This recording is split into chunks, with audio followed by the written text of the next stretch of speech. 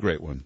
Now, I am demanding as a right, because we now know that health care is a right. I know this because the president keeps saying it. Pelosi keeps saying it. Reid keeps saying it. Health care is a right. Now, I demand as a right that Obama cut my premiums by $2,500. I demand it because he said he would. So as soon as he signs that bill tomorrow, I want my premiums cut $2,500. It is my constitutional right. Now, you don't believe he said it? Our friends at Naked Emperor News, they know he said it.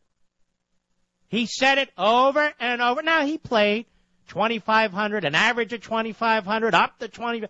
I want my $2,500 cut on my premium. Here he is, cut 5, go. A system where we're going to work with your employers to lower your premiums by up to $2,500 per family per year. We will start by reducing premiums by as much as $2,500 per family. And if you already have health insurance, we'll lower your premiums by $2,500 per family per year. We're going to work with That's enough. That's enough. It goes on and on and on. Now, I want to go over this again. We were told by Barack Obama that health care is a, is a right. It's a fundamental right. We were told by Nancy Pelosi and all of her clones last night, one by one who went to the microphone, that health care is a right. Now, any of you who receive your, your health care through Medicare or the VA or Medicaid or some other government involvement in your health care, the next time some bureaucrat at any of these departments says to you, no, you tell them it is your God-given right to get that prescription drug. You tell them it is your God-given right to have that device. You tell them it is your God-given right to have that procedure because the president said so, and Pelosi said so, and every one of their damn drones said so. You tell them that you have a condition, pre-existing or otherwise, and the president of the United States said all pre-existing conditions are covered. And you tell them you want your health issue, whether it's an illness or a disease, taken care of right there, right then, right now. Because according to them, it is your God-given right to have it, have whatever you need, whenever you need it, and if necessary, for free. Now, damn it, they want to create utopia. Now you demand utopia. It's your right.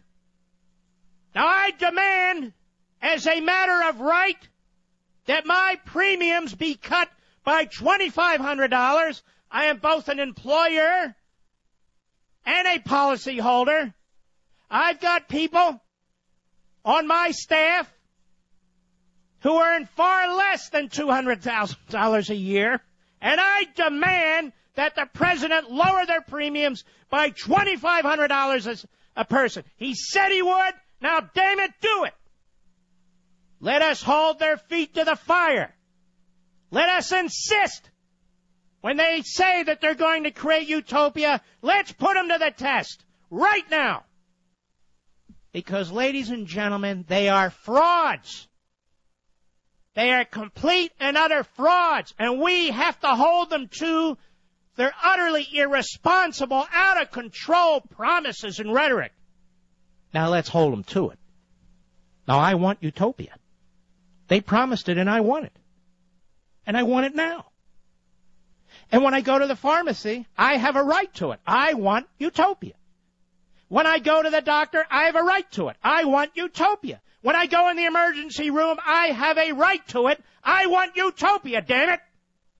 And while we're getting utopia for ourselves and our families, the president said, as did Pelosi, as did the other frauds, that while we get everything we want, everything we need, as fast as we need it, quality's going to go up, and the cost of health care overall is going to go down. Really.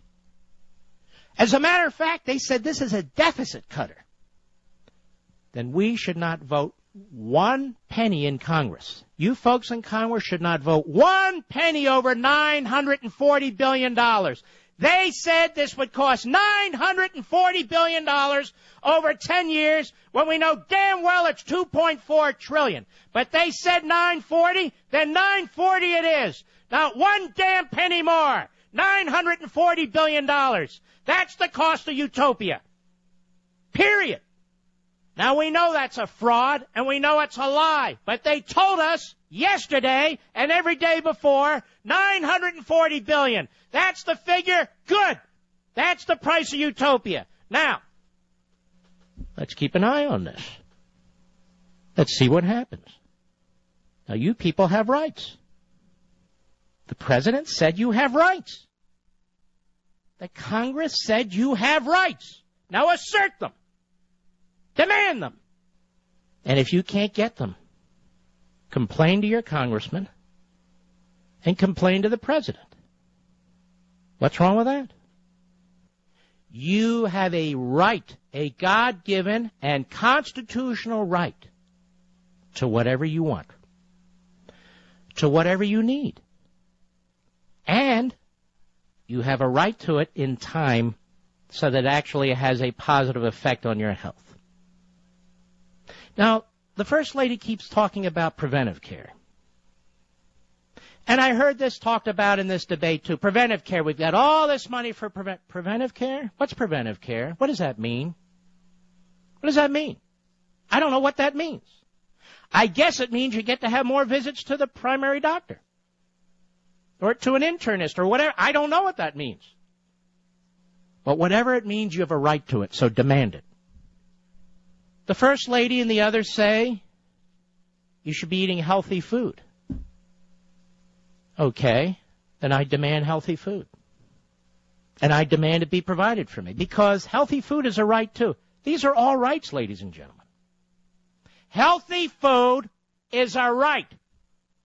You have a constitutional and God-given right to asparagus and broccoli and green beans and fruits and whatever the hell you want, and you should start demanding it.